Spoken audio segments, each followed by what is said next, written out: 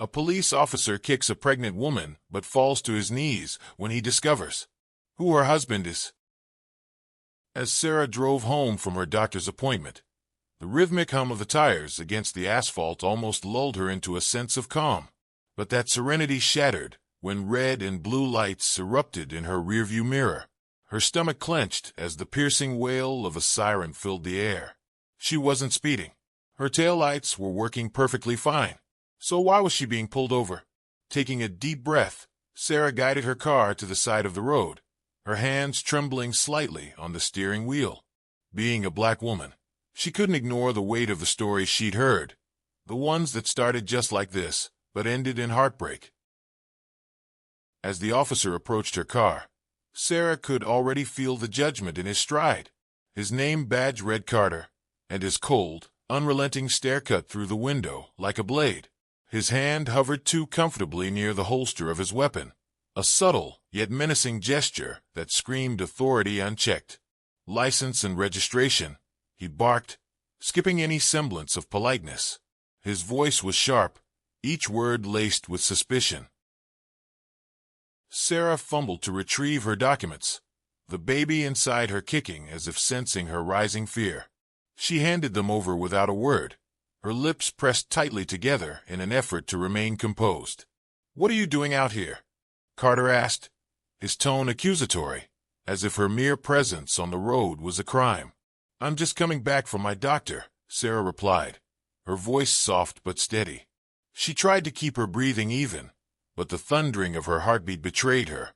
Carter didn't seem convinced. He narrowed his eyes, leaning slightly toward the window as if searching for something, anything, that could justify his hostility. "Got anything in the car? Drugs? Weapons?" he sneered, the words dripping with disdain. "No, officer. Nothing like that," Sarah replied, gripping the steering wheel so tightly her knuckles turned white. The air grew heavy with unspoken tension, each second stretching into an eternity. Sarah's mind raced. She had done nothing wrong, yet she felt the full weight of Carter's gaze, as if she were already guilty of a crime she didn't commit. "Step out of the car," Carter ordered abruptly, taking a step back. Sarah froze. Her hands instinctively went to her belly, cradling the life within her. "Officer, is there a reason for this?" she asked, her voice carefully measured to mask the terror bubbling beneath the surface. But Carter's patience had run out. His expression hardened further, his authority looming large. The road was eerily empty, no other cars or pedestrians in sight. Sarah glanced around, silently praying for a witness, someone who could see what was unfolding. But there was no one, only her, Carter, and the suffocating silence of that isolated stretch of road. The tension between Sarah and Officer Carter reached a breaking point. His patience, if it had ever existed, was gone. "I said, step out of the car," Carter barked, his voice reverberating with unchecked aggression. Sarah hesitated, her hands instinctively moving to her belly. "Officer, please. I haven't done anything wrong," she said, her voice trembling. The words felt fragile, as though they could shatter under the weight of his authority. Carter didn't respond. Instead, he reached for the car door, yanking it open with a force that made Sarah flinch. His eyes burned with irritation, his jaw clenched as if her very presence was a personal affront. "Ow. Now," he ordered again, stepping back to give her room. Sarah moved slowly, her legs unsteady as she tried to obey. She placed one foot on the ground and then the other, careful not to upset her balance or put any strain on her growing belly. But as soon as she stood upright, Carter's demeanor turned from cold to menacing. Without warning, his boot connected with her side in a vicious kick. The force of the blow sent Sarah crumpling to the ground, her hands clutching her abdomen in a desperate attempt to shield the baby. Pain exploded through her body, sharp and unrelenting, as her breath was knocked out of her lungs. For a moment, the world around her seemed to spin in slow motion. On the ground, Sarah gasped for air, her mind racing with fear for her unborn child. "Why?" she thought. "Why is this happening?" Above her, Carter stood motionless, his chest rising and falling with labored breaths. His hand hovered near his weapon, as if daring her to make a move. The air was thick with his unchecked arrogance, a silent declaration that he held all the power in this moment. But Carter didn't notice the flicker of movement in the distance.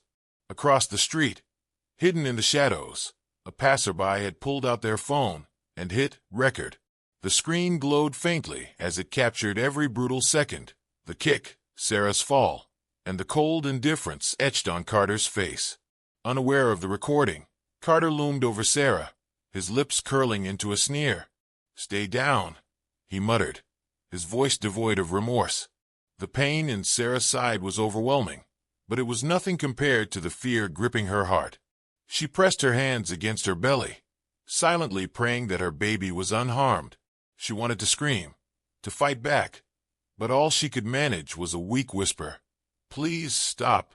The bystanders' video continued to roll, every second becoming a damning piece of evidence against Carter. Unbeknownst to him, the world was about to see his cruelty. Miles Foster sat at his desk, the weight of a long day in court pressing heavily on his shoulders. As a civil rights attorney, he was no stranger to the stories of injustice and abuse of power that plagued his clients. But nothing could have prepared him for the video that appeared on his phone that evening. It started with a faint buzz, a text notification. Miles picked up his phone, his brow furrowing at the message from an unknown number. "You need to see this. It's Sarah." Confused, he clicked the link. The video loaded slowly, but the first frame was enough to steal the breath from his lungs. There was Sarah, his Sarah, lying on the ground, clutching her pregnant belly, her face contorted in pain. Towering over her was a uniformed officer, his stance radiating menace. The timestamp at the corner of the screen told him this had happened just hours ago. "No," Miles whispered, his voice trembling as he hit play. The shaky footage captured every harrowing detail. The officer, identified by his badge as Carter, yelled something inaudible before delivering a brutal kick that sent Sarah to the ground. She tried to protect herself, curling around her belly, but the blow had already landed. Miles' knuckles whitened as he gripped his phone. His chest tightened with a mix of rage and helplessness, emotions he had spent years learning to control in the courtroom. But this wasn't just another case, this was his wife. He stood abruptly, the chair scraping against the floor as it tipped over. His hands shook as he dialed Sarah's number, but it went straight to voicemail. Panic crept into his voice as he left a message. "Sarah, call me back as soon as you can. Please. I just saw. I need to know you're okay." His mind raced. He had spent years fighting against people like Carter, but this time, the fight had come to his own home. He didn't know the full extent of Sarah's injuries or the condition of their baby. But one thing was clear. Carter had no idea who he'd just messed with. Miles was more than an attorney. He was a relentless force in the courtroom, known for dismantling corrupt systems piece by piece. He had taken down police departments, exposed systemic failures, and fought for families who had been shattered by brutality. Now, that same fire burned hotter than ever. He grabbed his laptop, his fingers flying across the keyboard as he compiled evidence. He downloaded the video, backed it up to multiple drives, and began making calls. The first went to his assistant. "Cancel my meetings for tomorrow. All of them."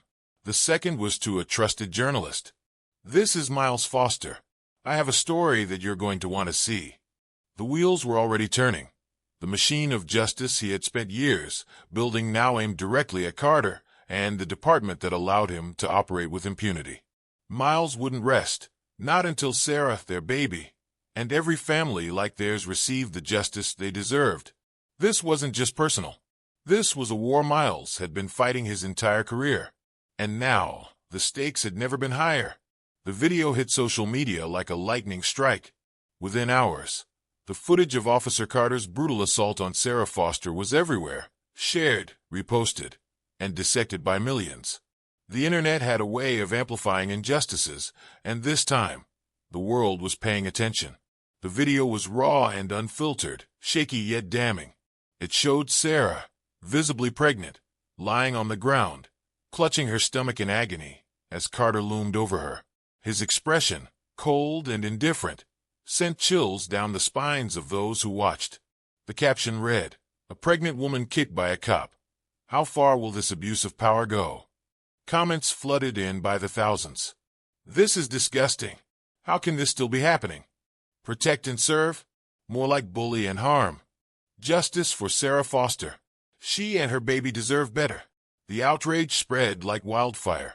Influencers, activists, and even celebrities amplified the video, demanding accountability.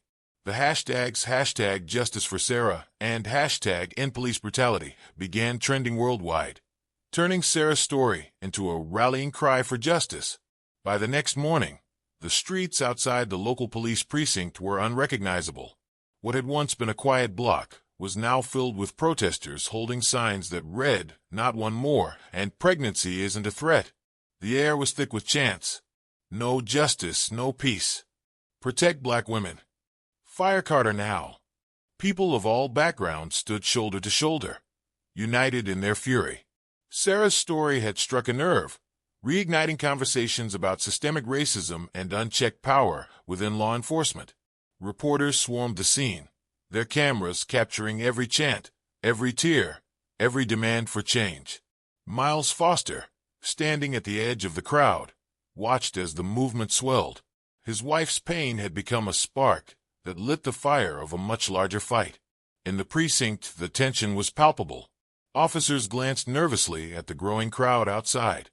Carter, on the other hand, sat stiffly in a conference room, his jaw clenched as he watched the video of his actions loop on every news channel. For the first time in his career, the badge on his chest felt more like a target than a shield. The protesters weren't backing down, and the city was beginning to feel the pressure. Local officials scrambled to respond, issuing vague statements about ongoing investigations and commitments to transparency. But the public wasn't buying it. This time, the evidence was irrefutable. There was no room for excuses or cover-ups. As the sun set, the crowd outside the precinct only grew louder. Candles were lit, speeches were made, and Sarah's name echoed through the streets. She had become a symbol of resilience, a reminder of the injustices too often swept under the rug. Inside the hospital, Sarah rested, unaware of the movement her story had ignited. But Miles knew. He stood by her bedside, holding her hand as he scrolled through the messages of support flooding his phone. "This is bigger than us now," he whispered to her, his voice thick with emotion. "They're not just fighting for you. They're fighting for every person who's been silenced." Miles Foster sat in his office, the dim glow of his laptop lighting up his face. The weight of the viral video and the protests outside the precinct pushed him to work tirelessly, fueled by equal parts anger and determination. He wasn't just fighting for Sarah and their unborn child. He was exposing a system that had protected people like Officer Carter for far too long. He leaned back in his chair, scanning the initial batch of documents his team had pulled together. Carter wasn't just a bad cop. He was a pattern, a glaring example of unchecked power. Complaints about Carter had been buried for years. Allegations of excessive force, racially motivated stops, and verbal abuse were peppered throughout his record. Miles' brow furrowed as he read through one report. Officer Carter detained a black teenager for 3 hours without cause, claiming they looked suspicious. The teen was later released without charges. No consequences, no accountability. Just another day for Carter. The deeper Miles dug, the darker the story became. Internal emails leaked by a whistleblower revealed that senior officers had not only been aware of Carter's behavior, but had actively protected him. "We've reviewed the complaints against Carter. Handle them quietly. Don't let this get out."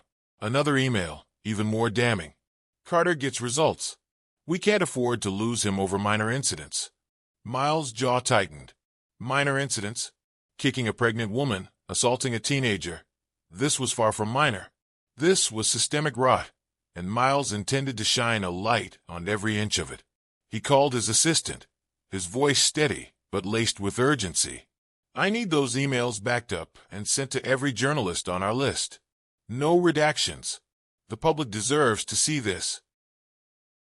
Meanwhile, his team had uncovered something even more explosive: body camera footage from Carter's previous stops. In clip after clip, the same pattern emerged: Carter escalating situations unnecessarily, treating black citizens with open hostility, and then justifying his actions with fabricated reports. Miles clenched his fists as he watched one video where Carter shoved a man to the ground, later claiming the man had resisted arrest. The footage told a very different story. The man had merely asked why he was being stopped. As the evidence piled up, Miles realized they weren't just fighting a single officer. They were exposing a department that had allowed this behavior to thrive. The leaks, the emails, the footage. It painted a picture of a system more interested in protecting its own than serving justice. By the time the sun rose, Miles had compiled a dossier so damning it was impossible to ignore. It wasn't just Carter on trial anymore. It was the entire precinct. "This isn't just about Sarah," Miles said to his team during a morning meeting. "This is about every person Carter has hurt, every family that's been broken by his actions. We're not just taking him down. We're taking down the wall that shielded him." The media caught wind of the new revelations, and the firestorm grew. News outlets ran headlines like, "Officer Carter's Dark History, a system that shielded brutality." Emails exposed police cover-up in Sarah Foster case. By midday, the protests outside the precinct had swelled, fueled by the revelations. The crowd chanted louder, their signs reflecting the anger and hope coursing through the movement. "No more cover UPS. Carter isn't the only one cleaning the precinct." Inside the precinct, Carter sat with his head in his hands, the weight of his actions finally catching up to him. His superiors weren't offering their usual protection. The leaked documents had thrown them into damage control mode, and Carter was becoming more of a liability than an asset. Miles wasn't finished. He was only just getting started. The evidence he had uncovered wasn't just going to win Sarah's case. It was going to force a reckoning. "This is how we change things," Miles thought as he stared at his laptop screen, the damning emails still open. One corrupt system at a time. The courtroom was silent, the tension thick as Miles Foster stepped up to deliver his opening argument. The eyes of the jury were locked on him, their faces a mix of anticipation and unease. They had seen the video. They had heard the headlines. But Miles was here to do more than tell them a story. He was here to show them the truth. He adjusted his tie, his voice calm but firm as he began. "Ladies and gentlemen of the jury, this case is not just about one moment of brutality. It's about a pattern, a deeply rooted, dangerous pattern, that's been allowed to grow unchecked for years. Officer Carter didn't act out of character that day. He acted exactly as the system around him has trained him to." Miles paused, letting the weight of his words settle. He reached into his briefcase, pulling out a stack of documents. "These," he said, holding them up, "are complaints filed against Officer Carter over the past 5 years. Complaints of excessive force, racial profiling, and abuse of power. Complaints that were ignored, dismissed, or buried by the very department meant to hold him accountable."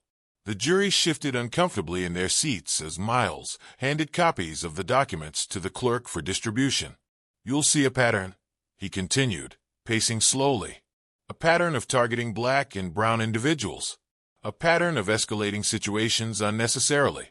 And a pattern of being shielded from consequences time and time again." Next, Miles turned to the projector, displaying a series of emails leaked from the police department. The text was stark, undeniable. "Handle the Carter complaints quietly. Don't let them cause issues. Carter's numbers are good. Let's not make a big deal out of a few stops." He pointed to the screen. "This isn't just negligence. This is complicity. This is a department that chose to protect itself rather than protect the people it serves. And because of that choice, Sarah Foster was kicked to the ground while pregnant, fearing for her life and the life of her child." The courtroom was still as Miles clicked to the next slide, the video. The jury's faces tightened as they watched the shaky footage. Carter's kick, Sarah's fall, her desperate attempt to shield her unborn baby. It played in excruciating detail, the rawness of the moment filling the room. Miles stepped back, letting the silence after the video speak volumes before addressing the jury again. "You've seen it with your own eyes. A woman who posed no threat, a mother-to-be, whose only crime was driving home after a doctor's appointment, and an officer who used his badge as a weapon instead of a symbol of protection." Then came the clincher. Miles walked to the jury box, meeting their eyes one by one. His voice softened, but his conviction burned through every word. Today you have the power to say enough.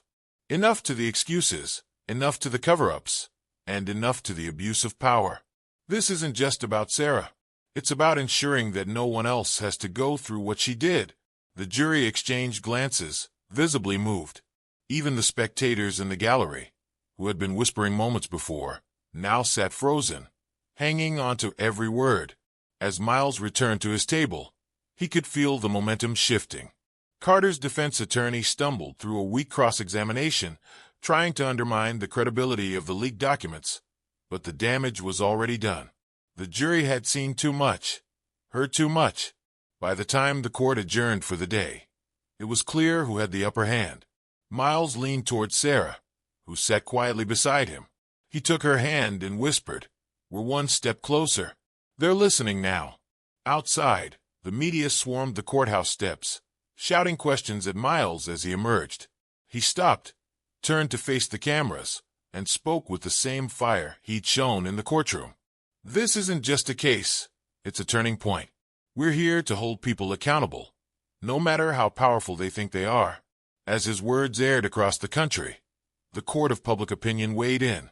The nation wasn't just watching, they were demanding justice. The courtroom was packed, the air electric with anticipation.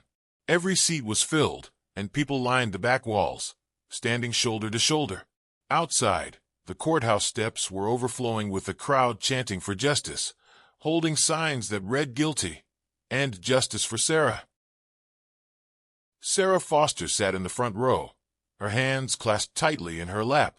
Beside her, Miles Foster exuded a quiet intensity. His jaw was set, his eyes locked on the jury as they filed back into the room. This was it, the moment they had fought for, the moment they had prayed for. Has the jury reached a verdict? The judge asked, breaking the silence that had gripped the room. The foreperson, a middle-aged woman with a steady demeanor, stood and nodded. She held a piece of paper that seemed to carry the weight of the entire nation. "We have, Your Honor." Sarah's heart pounded in her chest as the paper was handed to the judge, then returned to the foreperson. She stole a glance at Miles, who gave her hand a reassuring squeeze. The foreperson's voice was clear and unwavering as she read, "On the charge of assault against Sarah Foster, we find the defendant, Officer Carter, guilty." The room erupted. Cheers mingled with sobs, the raw emotions of the moment spilling over. Sarah felt tears streaming down her face. Tears of relief, of vindication, of hope. Miles pulled her into an embrace, his own eyes glistening as he whispered, "We did it." Outside, the crowd erupted into cheers as news of the verdict spread. Reporters scrambled to capture the jubilant reaction, their cameras panning over the sea of signs and raised fists.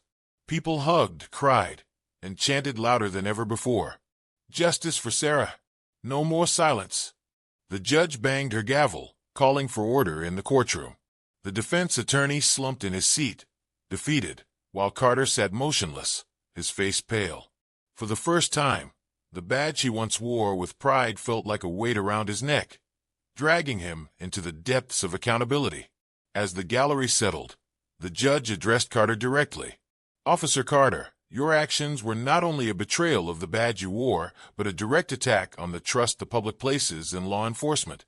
This court finds your behavior reprehensible and will issue a sentence that reflects the severity of your actions."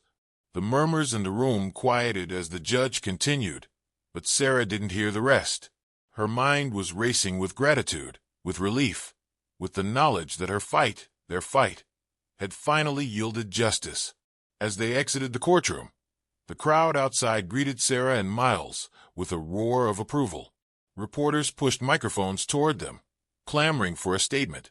Miles raised a hand to quiet them before speaking with the same conviction that had carried him through the trial. "Today's verdict is more than justice for Sarah," he said, his voice steady but impassioned. "It's a message that we will not tolerate abuse of power, that no badge, no title, no system will protect those who harm the very people they are sworn to serve. This isn't the end. It's the beginning of change." Beside him, Sarah nodded, her tears now replaced with a quiet strength. "Thank you," she added simply. her voice soft but filled with emotion. "Thank you for standing with us." The crowd erupted again, their cheers echoing down the streets. For the first time in weeks, Sarah felt a sense of peace. The road ahead was still long. There were systems to reform, policies to change, and countless others who still needed justice. But today was a victory. Today was proof that the fight wasn't in vain. Miles wrapped an arm around Sarah as they walked away from the courthouse steps, the crowd parting to let them through. Above them, the sun shone brightly, as if even the universe itself was acknowledging this triumph. The courtroom victory was just the beginning for Sarah and Miles Foster. As they left the courthouse, surrounded by cheers and applause, they both knew their fight wasn't over. Justice for Sarah was a milestone, but there were countless others who still needed their voices heard. In the days that followed, Sarah and Miles became symbols of hope and resilience. Their faces graced news outlets and social media feeds, but they refused to let the spotlight fade into mere headlines. They used their newfound platform to spark conversations, to push for reform, and to inspire action. Sarah, once quiet and reserved, found herself standing in front of crowds, sharing her story. She spoke of fear, of pain, but also of hope. "I survived," she said at a local rally. "But so many others didn't. This isn't just about me. It's about creating a world where no one has to endure what I did." Miles, ever the relentless advocate, worked behind the scenes and in the spotlight. He teamed up with civil rights groups to draft new policies aimed at holding law enforcement accountable. He met with lawmakers, community leaders, and activists, leveraging his expertise and connections to push for systemic change. Together, they launched the Foster Initiative, a nonprofit dedicated to fighting police brutality and supporting victims of racial injustice. They held workshops on knowing your rights, provided legal aid for marginalized communities, and funded programs to bridge the gap between law enforcement and the communities they served. Their home became a hub of activity. Late-night strategy sessions, phone calls with organizers, and meetings with families who had their own stories to tell. The Fosters offered more than advice. They offered solidarity, reminding people that their fight wasn't just legal, but deeply personal. Their story resonated far and wide. Schools invited them to speak to students about activism and resilience. Churches opened their doors for discussions about equality and justice. At every event, Sarah and Miles emphasized one thing: change starts with people coming together, refusing to back down. "Don't underestimate your voice," Sarah told a packed auditorium one evening. "If I had stayed silent, if Miles had stayed silent, we wouldn't be here today. Use your voice, use your power, and never stop fighting." Their impact rippled through the community and beyond. Local police departments began implementing body cameras and revising their training protocols. Neighborhoods formed coalitions to ensure their voices were heard in city council meetings. At home, Sarah and Miles found strength in each other. They celebrated small victories while preparing for the next battle. Their child, now born healthy and thriving, became their biggest motivator. "I want them to grow up in a world where justice isn't a fight. It's a given," Miles said one evening, watching their baby sleep. Sarah smiled, her hand resting on his. "And we're going to make sure of it." Their journey was far from over, but their resolve was unshakable. Together, they had turned their pain into purpose, their fear into fuel, and in doing so, they became a beacon of hope for a world still learning how to be better. Years had passed since the day Sarah and Miles Foster walked out of that courtroom victorious, but the echoes of their fight still resonated. Their names had become synonymous with resilience and justice, a reminder that even in the face of overwhelming adversity, change was possible. Their child, now a curious and bright-eyed toddler, often played at their feet as they worked late into the night. For Sarah and Miles, parenthood was a constant source of inspiration, a daily reminder of why their fight mattered.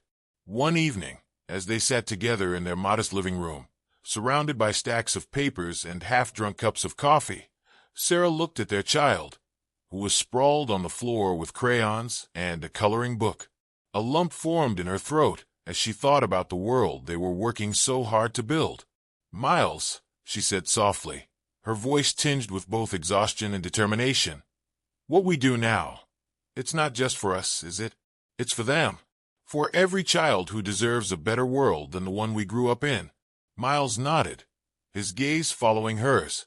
It's for every child who needs to know they matter, that they have a voice, and that someone is willing to fight for them, even when it feels impossible. Together, they continued their work. Their nonprofit, the Foster Initiative, had grown into a national movement, sparking real, tangible change. Police reform bills that once seemed unattainable were now being passed. Resources for victims of brutality had expanded, ensuring no one had to face the system alone. But their impact wasn't just measured in policy. It was in the people they touched. Families who had lost loved ones found solace in their story. Communities divided by fear and mistrust began to rebuild, united by a shared vision of justice. Sarah often spoke at events, her words carrying a quiet but profound power. "I was afraid once," she would say, her voice steady, afraid of speaking up, afraid of being silenced. But fear didn't stop me. It fueled me. And if you're here today, it means it's fueling you too. Miles became a mentor to young lawyers, sharing his experiences and encouraging them to see the law not as a tool of oppression, but as a weapon for justice. His passion ignited a new generation of advocates, ready to carry the torch forward. As the years went on, the Fosters' influence only grew. They were invited to speak at universities, to testify before Congress, and to consult on nationwide police reform initiatives. But no matter how big their platform became, they never lost sight of their core mission: to ensure that no one, ever again, would endure what Sarah had. One evening, as the sun set in hues of gold and crimson, Sarah and Miles sat on their porch, their child asleep in their arms. The world around them was far from perfect. There were still battles to fight, still injustices to confront. But for the first time, they allowed themselves a moment of peace. "You know," Sarah said, her head resting on Miles' shoulder, "we might not see the world we dream of in our lifetime, but we've planted the seeds, and one day they'll grow." Miles smiled, pressing a kiss to her forehead. "And when they do, it'll be because we never gave up." As the stars began to the sky, they sat in silence, watching the world they had fought so hard to change. Their story wasn't just about the past. It was a beacon for the future, a testament to the power of love, resilience, and an unwavering belief that no matter how dark the night, the dawn would always come. And as their child stirred gently in their arms, the Fosters knew their legacy was secure. They had turned pain into purpose, fear into action, and left behind a world that, while imperfect, was undeniably better than the one they had found.